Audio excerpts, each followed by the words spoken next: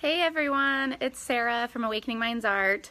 I wanted to take a few moments today to give you guys a tour of our current studio, but more excitingly, a tour of the new studio. So we're gonna wait just a few minutes and see if anybody signs on. But I can kind of zoom around. There's Miss Courtney. Get an idea of what's going on in the studio. While we're waiting for people to log in, say hi when you log in so we know you're on. I wanted to address some of the concerns that we have in our current studio. So obviously parking is an issue. I think you're going to hear that with any downtown business, that parking is a huge concern. We're also adding in the fact that not only is it children that are coming to the studio, but individuals who have a handicap too. So we've got wheelchair problems getting wheelchairs in here, walkers, uneasy grounds out here. It's a lot for some of our students to even make it into the studio right now. So that was a big problem that we were having, and a big reason we wanted to move. We wanted to have a safer environment for everyone to be even just walking into the studio. So you can see the studio here. Hey Courtney again. Right now we have really just one main space. So this is the checkout counter here. So when you first walk in, I'm standing right at the door here. When you first walk in, what you have is our waiting room, which obviously is not very big. And here is our sensory store, so where we sell all of our sensory tools and t-shirts, things like that. Check-in is right here, and check-out is right here too. With it being really close to the door, it does provide a little bit of an issue with some of our students. It's hard for parents to be paying us and then their kid is bolting out the front door, and it's a huge problem. So then, without any boundaries, no walls, nothing, is our classroom. That provides a challenge for us because it's very distracting. Not only with people walking in and out of the studio, but because our offices are right here too. So we actually have 5 full-time employees, 4 in which are administration, and all of the administration happens right here. So you can see we've got donation items back here, all of our office supplies here. This desk is our program director's desk, and let's see, where am I at? That's my desk back there facing the wall. And then this desk here is shared between our education director, our community relations director, and our grant writer. So you can see that there's just nowhere to really concentrate and get much of anything done with the space that we have here. Especially when we've got a classroom going on, especially if it's a full classroom or even just 1 or 2 kids, it's really hard for us to be answering the phone, talking to parents, concentrating, getting anything done in the current space. So we've got most of our classes that happen here in the studio. So this classroom can seat up to 20 people, and this is where most of the programming happens. And we're kind of lacking a little bit of that sense of control in here and privacy, and we end up having some one-on-one classes out here too, so it kind of turns into like a 5-on-5 because nobody's really getting a private class. Now I'm in our second classroom. So this classroom is supposed to be our more private, special needs focused classroom, less distractions, hardly anything on the wall, hardly anything in here. But as we've continued to grow and we need more lesson planning space, it's kind of become a catch-all space because we're just running out of room in this space. So this is that second classroom here. And then moving on here is just mostly storage. So we really are lacking storage in this space. So you can see we're just busting at the seams here. We do even have an off-site storage. This used to be my office, and it's locked because we have a lot of kiddos that want to get in here all the time. But I had to surrender my office a few years ago because we needed space to store our sensory tools that we use. So not the tools that we sell, but the tools that we actually use for sensory programming. So that's all stored in here, and it's just busting at the seams just like everything else is in here. So that's our sensory station is what we kind of refer to it as, because it's not a playroom. It's just where we store all of our stuff and provide some of the programs. So moving on back here is how to get to the bathroom. And you can see it's just really not very handicap accessible, and the bathroom's really small. So we've got parents trying to change their kiddos in here, and people just, you know, and if they're in a walker or a wheelchair, it's it's really tight in here. So the bathroom's even an issue here. This is a back door, so we do have some parents that'll drop off people at the back door, and there's a step here, so that's not even handicap accessible either. We don't have a break room here. We don't have anything that makes it friendly for the staff. So that's a concern that we have as well. Obviously, keeping staff happy is important at any job. But yeah, we're going to go ahead and take a walk to the new studio. Courtney's going to come with us. We're going to ask Courtney some questions. So bear with us. It's only a block and a half, but we've got all the marathon foot traffic that'll be with us. So we'll see how this goes.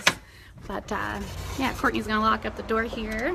So this is where we're currently located, is right across from Scrambler Marie's. We've got Marathon just down the street, and we get to smell and hear Main Street Deli every day. But it's been fun. We've been in our current location for just over 5 years.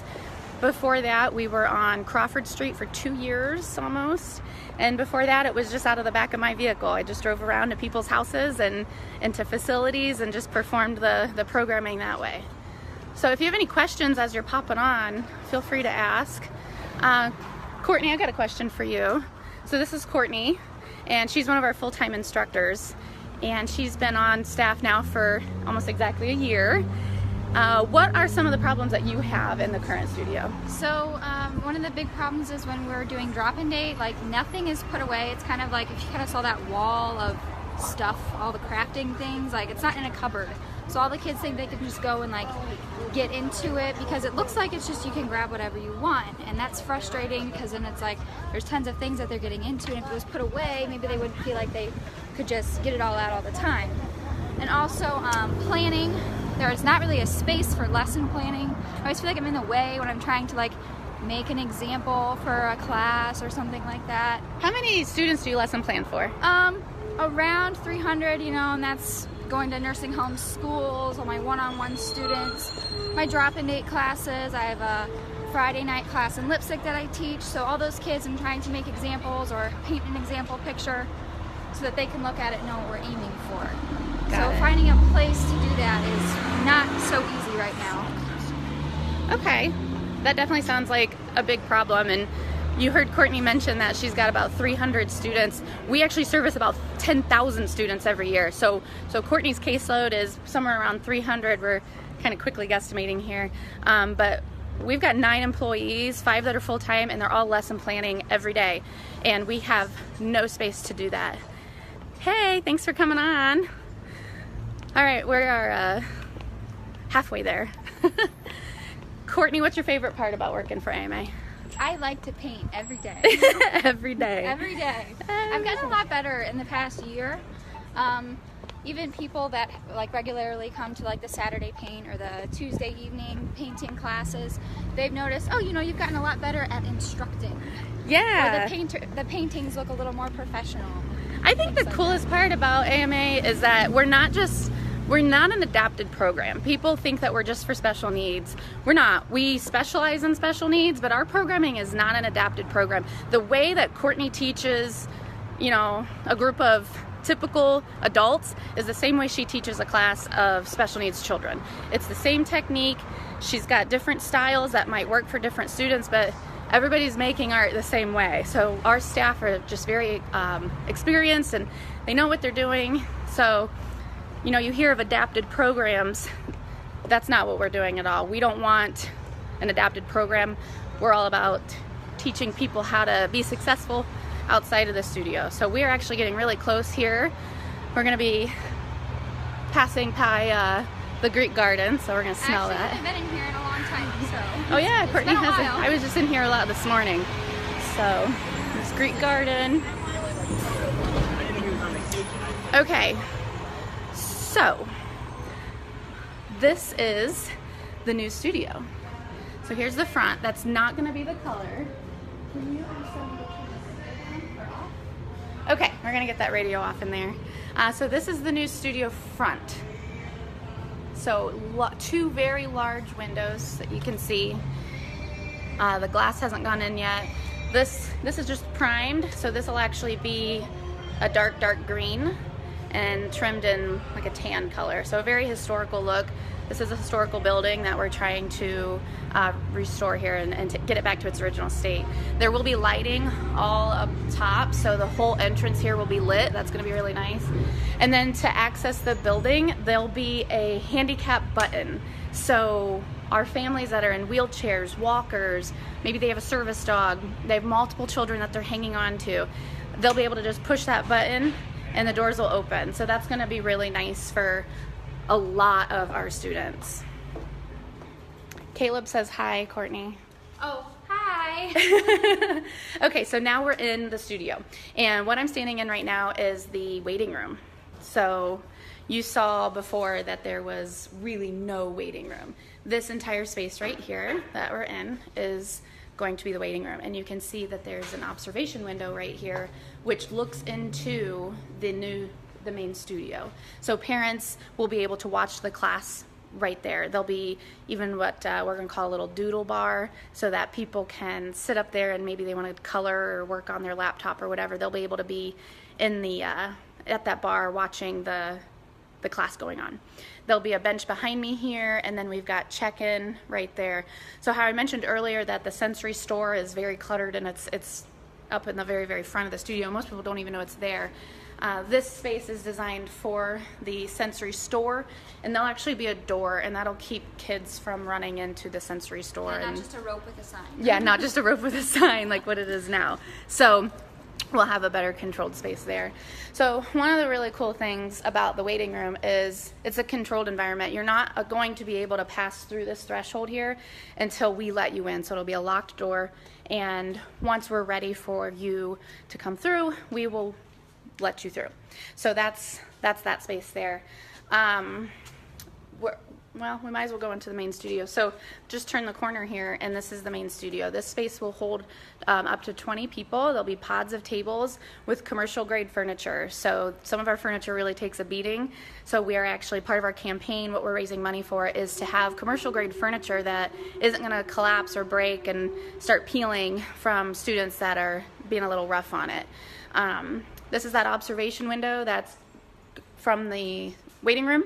This whole wall will have a hexagon, kind of honeycomb storage system, and there'll be some doors on some of that. It'll help with that hiding of some of the supplies that Courtney was mentioning earlier.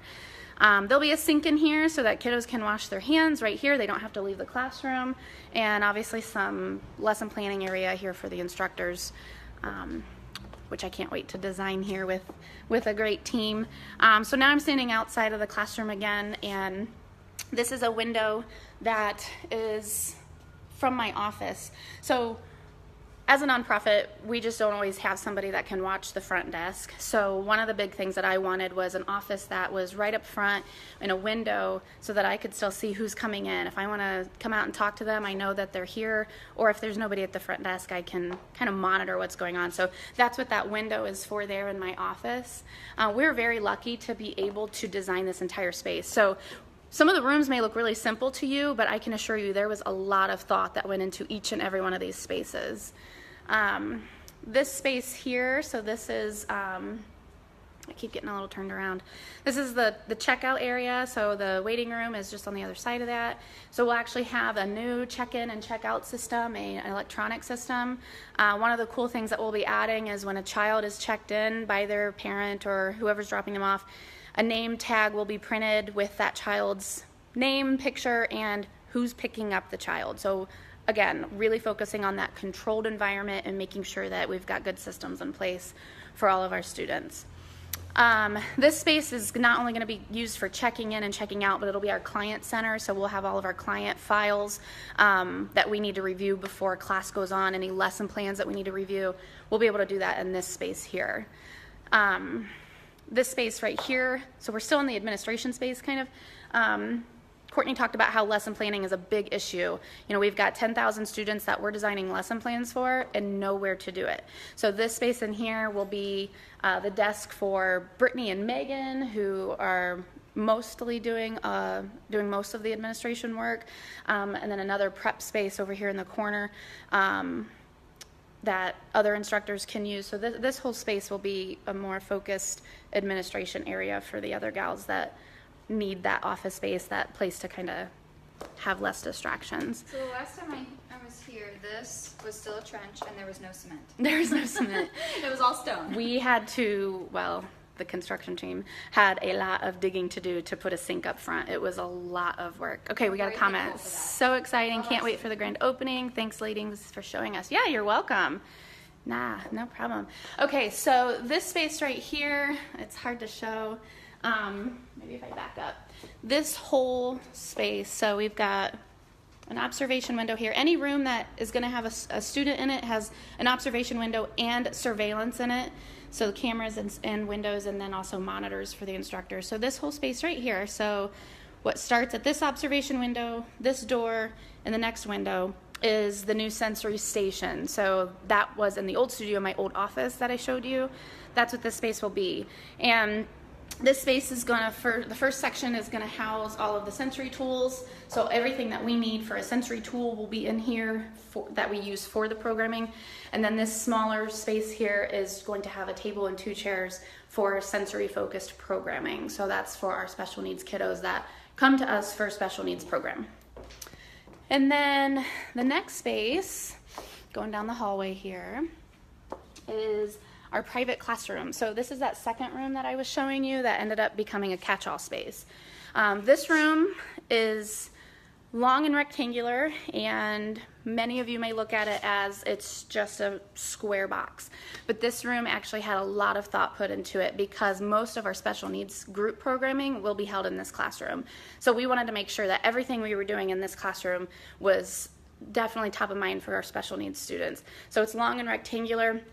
It'll have a row of tables here with chairs that face the front of the classroom here. It's providing a boundary with the tables so that if we do have a student who's stressed out and they may want to flee the classroom, they first have to get over the tables that are there, and then the instructor will be teaching very close to the door. So if they want to bolt out that door, she's able to stop them before they do that. This room is also designed to be completely broken down, so all the tables and chairs that'll be in this room will be able to fold up, be nestled together, and then put through that door right there that takes it to a storage room. So this whole space right here has the ability to have a complete open footprint, and we can do sensory programming in here too. So that's going to be a really nice opportunity. So we're going back down the hallway here, trying not to trip on all these cords. So these 2 spaces are identical. So we've got observation window, door, and I'm just going to keep going because these spaces are identical. So 2 identical therapy classrooms. So these rooms are, again, they're not very big. They're designed to just fit an instructor and a student. So it'll have a table and 2 chairs. Every room, we're trying to incorporate some storage opportunities since we have so many belongings. But those 2 classes are going to be phenomenal. A great example that I can give you is when someone, we do have a handful of students who are blind, and they use a light board. And that light board means that the whole space needs to be dark, and the light board is what they do their artwork on so that they can see what they're doing.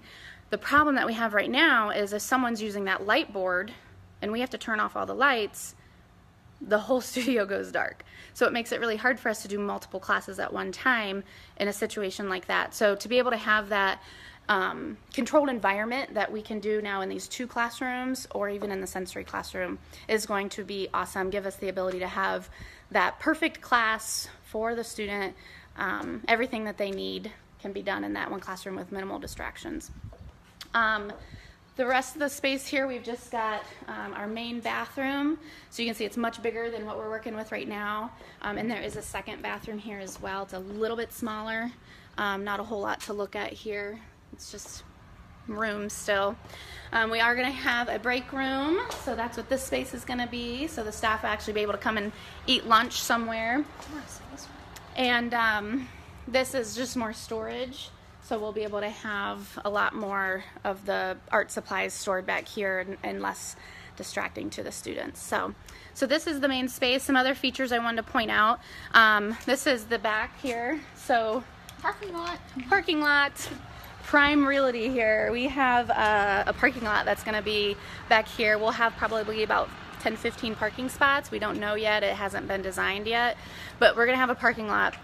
back here. So the way that this is going to work for most of our students, if they're coming for a public class, they're a public class student, they are going to have to walk to the front and take the use the sign-in system in the front door.